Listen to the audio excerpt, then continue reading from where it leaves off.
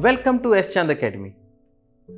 पिछली वीडियो में हमने ये देखा था कि एक इलेक्ट्रिक करंट कैसा होता है, इलेक्ट्रिक करंट से हमारे घर के कैसे कैसे अप्लायंसेस चलाए जा सकते हैं। तो ओवरऑल जो हमारे घर में एनर्जी आ रही है वो सारी की सारी जो इलेक्ट्रिक फॉर्म में है वो करंट के थ्रू हम समझ सकते हैं।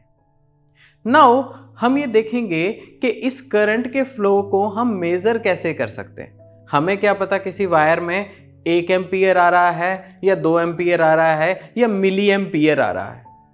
तो इस सब को मेजर करने के लिए हमें एक स्पेशल अरेंजमेंट की जरूरत पड़ेगी जिसे हम कहते हैं एमीटर। अगर आप इन टॉपिक को बहुत अच्छे से पढ़ना चाहते हैं और बढ़िया से समझना चाहते हैं तो आप लखमीर सिंह मंजीत कौर की 10th क्लास की फिजिक्स की बुक को रेफर कर सकते हैं, published by S Chand publishing.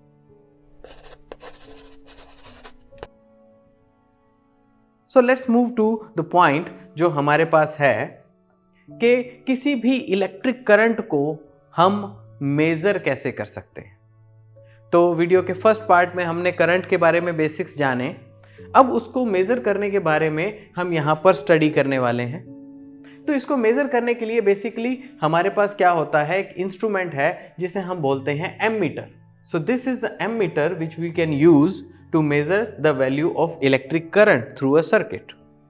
अब इसमें क्या होता है कि हमारे पास जो भी सर्किट है हम उस सर्किट को इसके साथ में जोड़ देते हैं एंड वो करंट हमारे इस अप्लायंस में से एक प्लस वायर और एक नेगेटिव वायर इसमें से पास होती है और ये जो पिन है ये हमें डिनोट करती है कि कितना करंट हमारे पास इसमें से इस सर्किट में से पास हो रहा है। अगर हम सिंबॉलिकली देखें सो this is represented by this. तो यहां पर हमने एक गेज दिखा रखा है और नीचे ए, एमीटर को एक सिंबल ए से हमने यहां पर रिप्रेजेंट किया हुआ है। इसके साथ में हमने एक रेजिस्टेंस भी लगाया हुआ है। तो ये क्या है, ये नॉर्मल जो भी हम मान लीजिए हमने उस सर्किट में बल्ब लगाया हुआ है, जो बल्ब हम जलाना चाहते हैं, तो this is representing this part only. एक एमीटर वर्क कैसे करता है, जैसे कि आप इस एनिमेशन में देख पा रहे हैं कि एक एमीटर हमारे पास है, एक सर्किट से कुछ करंट पास हो रहा है, उस करंट का कुछ पोर्शन हमने एक कोइल के अंदर पास होने दिया एंड बिकॉज ऑफ दैट एक मैग्नेटिक फील्ड उसमें जनरेट होता है जो कि लेटर आपके सिलेबस में आएगा। लेकिन अभी हम सिर्फ उसको ऐसा देखते हैं कि because of that magnetic field, because of that field ये आपकी पिन रोटेट कर रही है। तो जितना हम करंट इसमें पास करेंगे उतना ही ये आपका रोटेशन इसमें होगा और आपको पता चलेगा कि कितना करंट इसमें फ्लो हो रहा है। एंड यहां पर एक स्प्रिंग भी कनेक्टेड है जो कि आप देख सकते हैं। तो जैसे ही करंट का फ्लो कम होता है वो स्प्रिंग उस पिन को वापस अपनी जगह पर ले आता है। So this is the way an ammeter works। तो एमीटर की वर्किंग को सीखने के बाद अब हम देखते हैं कि यहाँ पर हमारे पास एक छोटा सा न्यूमेरिकल है, so which tells us about this thing current. तो इसको हम थोड़ा सा यहाँ पर स्टडी कर लेते हैं ताकि हमें इसके बारे में और चीज़ें पता चले।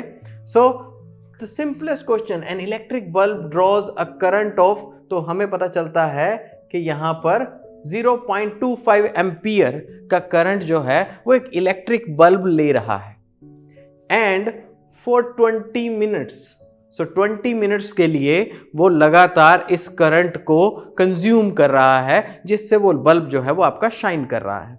तो पहली चीज आप इसमें ये ऑब्जर्व कर सकते हैं कि जैसा मैंने आपको कहा कि हमारे घर में जो 0.5 एम्पियर इसके आसपास जो करंट की सप्लाई होती है, और अगर मान लीजिए ये कोई 100 वाट का जनरल एक बल्ब है तो वो हम देख सकते हैं 0.25 एम्पियर मतलब 1/4 ऑफ एन एम्पियर इतना करंट यस बल्ब यूज कर रहा है। तो हमारे घर के अप्लायंसेस इसी रेंज के आसपास जो है वो पावर कंज्यूम कर सकते हैं, except some heavy appliances like अगर कोई बहुत हैवी फ्रिज है या फ्रीजर है या एसी है तो उनको अगर हम छोड़ दें तो बाकी जो नॉर्मली अप्लायंसेस है वो इसी रेंज में आपका करंट कंज्यूम करते हैं। Okay, calculate the amount of electric charge that flows through the circuit.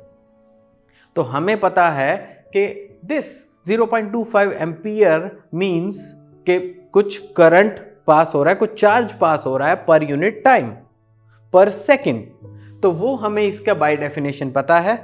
And अगर हमें ये पता चल जाए कि 1 सेकंड में कितना चार्ज उस सर्किट में से पास हो रहा है, so then we can calculate it for 20 minutes as well. तो सिंपलेस्ट क्वेश्चन जिसमें आपके पास पता है, फर्स्ट थिंग आपने यहाँ पर जो आपका टी टाइम है उसको आपने सेकंड्स में कैलकुलेट कर लिया। सो 20 मिनट्स इंटू 60, सो 1200 सेकंड्स, ये आपके पास टोटल टाइम है।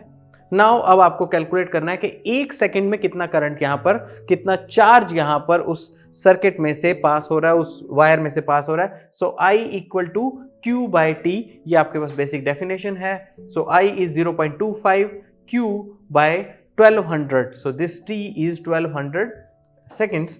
तो अब जब आप इसको मल्टीप्लाई करते हैं तो आपके पास वैल्यू आ जाती है Q is equal to 300 coulomb. So 300 coulomb charge इस 20 मिनट्स के अंदर ट्रांसफर हुआ एक पॉइंट से दूसरे पॉइंट में। तो उस सर्किट में आपने किसी एक जगह पर वो ऑब्जर्व किया कि वहां से आपका 300 कूलम चार्ज जो है वो आपका पास हुआ है। तो करंट को मेजर हमने किया एंड फिर हमने देखा कि ज़्यादा टाइम के अंदर उतना ही ज़्यादा चार्ज कंटिन्यूअसली उसमें से पास होना चाहिए। अब हमारे पास एक यहाँ पर कंडीशन आती है कि किसी continuous flow of electric current को हम प्रोड्यूस कैसे करें। तो अगर हमारे पास कोई सर्किट है, हम ऐसा नहीं कर सकते कि जैसे कि हमने वीडियो के फर्स्ट पार्ट में देखा कि मेरे पास 2 स्फीयर्स, अगर एक पे मैंने ज़्यादा चार्ज रखा हुआ है, एक पे मैंने कम चार्ज रखा हुआ है, and we connected through a wire, तो यस उसमें से जिस पे ज़्यादा चार्ज है उससे कम चार्ज वाले स्फीयर पे आपका करंट फ्लो करेगा, लेकिन उससे आपको कॉन्टिन्यूअस लगातार करंट का फ्लो आपको नहीं मिलेगा। लगातार करंट के फ्लो के लिए आपको कोई ना कोई ऐसा डिवाइस बनाना पड़ेगा जो लगातार उस चार्ज को पुश करता रहे कि वो उस वायर में से पास हो, या लगातार उस पोटेंशियल डिफरेंस को बनाए रखे जिससे वो चार्ज उसमें मूव होता रहे। तो इसका एक सिंपलेस्ट एग्जाम्पल जो हम देखते हैं वो है हमारे पास घर में जो डेली लाइफ में हम यूज़ करते हैं, हमारे पास जो घर के रिमोट वगैरह हैं, तो उन सब के अंदर हम बैटरीज का यूज़ करते हैं। एंड हमारे पास जो घर में घड़ी भी है, हम ऐसा नहीं कर सकते कि उसके अंदर कुछ देर पावर गई और उसके बाद फिर वो रुक गई। तो हमें उसे लगातार कई सालों तक चलाना है, तो हमें उसे लगातार चलाने के लिए एक कॉन्टिन्यूस फ्लो ऑफ करंट देना ज़रूरी है।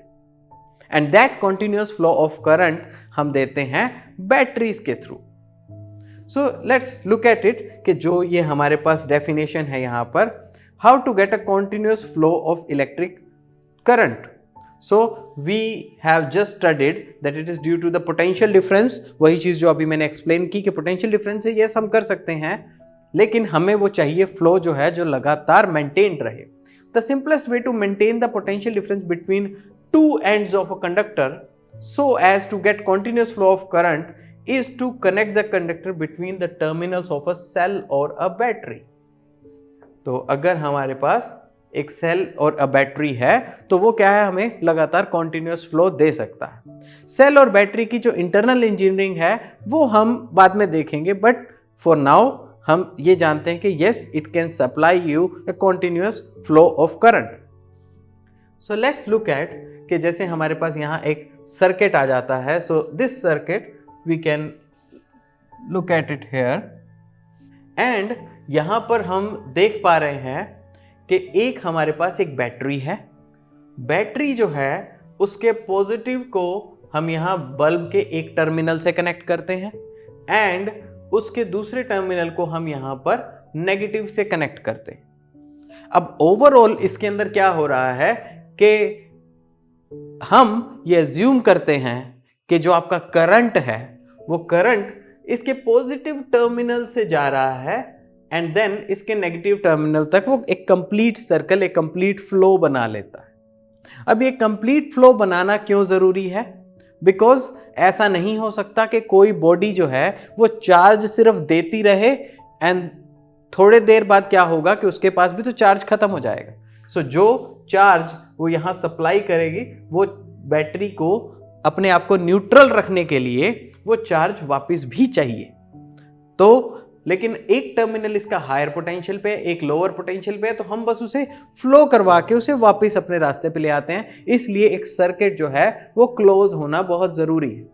So this is the simplest example कि जब एक बैटरी का यूज करके हम एक बल्ब को जला सकते हैं। अब हुआ क्या था कि जिस टाइम ये सारी की सारी साइंस डेवलप हो रही थी, उस टाइम हमें पता नहीं था कि एटम कैसा होता है, उसमें इलेक्ट्रॉन्स मूवेबल होते हैं कि पॉजिटिव चार्ज मूवेबल होता है, तो इस चीज़ों के बारे में पता नहीं था।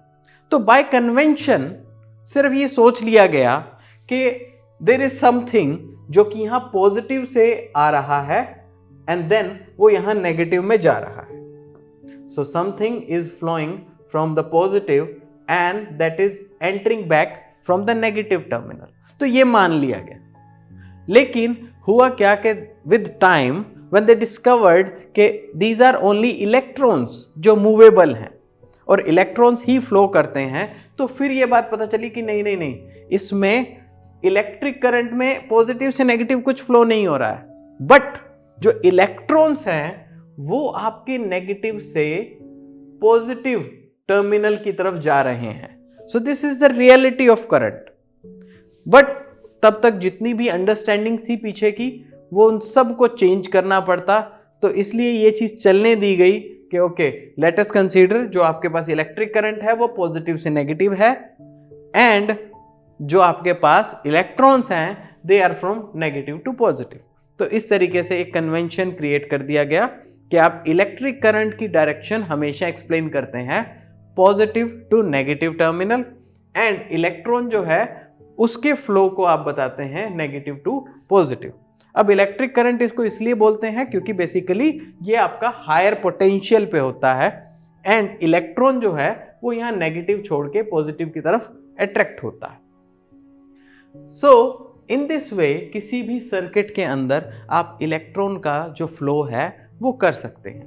नाउ इन दिस एनिमेशन आप ये देख सकते हैं कि जैसे ही हमने एक बैटरी को कनेक्ट किया तो बल्ब यहाँ पर आपके पास शाइन हो रहा है, लेकिन बल्ब के शाइन होने के साथ साथ जो आपका वायर का एक पार्ट है जिसमें आप इलेक्ट्रॉन्स को फ्लो होता देख रहे हैं, तो इलेक्ट्रॉन्स फ्लो हो रहे हैं जो कि जब बल्ब में से पास होते हैं तब वो बल्ब आपका शाइन करना शुरू करता है। And in this way a circuit works जिसमें हम एक कॉन्टिन्यूअस सप्लाई देते हैं यूजिंग अ बैटरी, एंड हमारा बल्ब जो है वो वर्क करना शुरू करता है। तो इन अ नटशेल अगर हम देखें तो हमने इस वीडियो में समझा कि ओवरऑल हमारे पास जो इलेक्ट्रिक करंट है उसकी हम मेजरमेंट कैसे करते हैं। इलेक्ट्रिक करंट तो हमने डिफाइन कर दिया okay, charge per unit time जो भी एक सर्किट में से पास होगा, लेकिन उसको मेजर करने के लिए हमारे पास एमीटर की हमें ज़रूरत पड़ेगी। उस एमीटर के बाद हमें यह भी बात पता चली कि अगर लगातार करंट किसी सर्किट में से पास हो रहा है तो उसमें से लगातार चार्ज पास हो रहा है, तो एक न्यूमेरिकल के थ्रू वो हमने अंडरस्टैंड किया। फाइनली ये हमने देखा कि जो एक फ्लो ऑफ करंट है that is basically because of flow of electrons, लेकिन दोनों की डायरेक्शन अपोजिट होती है। दैट इज वन कन्वेंशन कि जब हम इलेक्ट्रिक करंट के फ्लो को पॉजिटिव ऑफ द बैटरी से नेगेटिव इमेजिन करते हैं, एंड जबकि इसमें सर्किट में सच्चाई में क्या हो रहा होता है कि इलेक्ट्रॉन्स आपके नेगेटिव टर्मिनल से पॉजिटिव टर्मिनल की तरफ जा रहे होते हैं। अगर आप इन टॉपिक को बहुत अच्छे से पढ़ना चाहते हैं और बढ़िया से समझना चाहते हैं तो आप लखमीर सिंह मंजीत कौर की 10th क्लास की फिजिक्स की बुक को रेफर कर सकते हैं, published by S Chand publishing. तो अगर आपको ये वीडियो अच्छा लगा हो तो इसको लाइक करना मत भूलिए, अपने दोस्तों के साथ शेयर कीजिए, एंड सब्सक्राइब करने के साथ साथ बेल आइकन दबाइए ताकि हम आपसे जुड़े रहें। See you in the second part of this video. All rights reserved. This video has been prepared for educational purposes only. No part of it may be reproduced or copied without the permission of the copyright holder.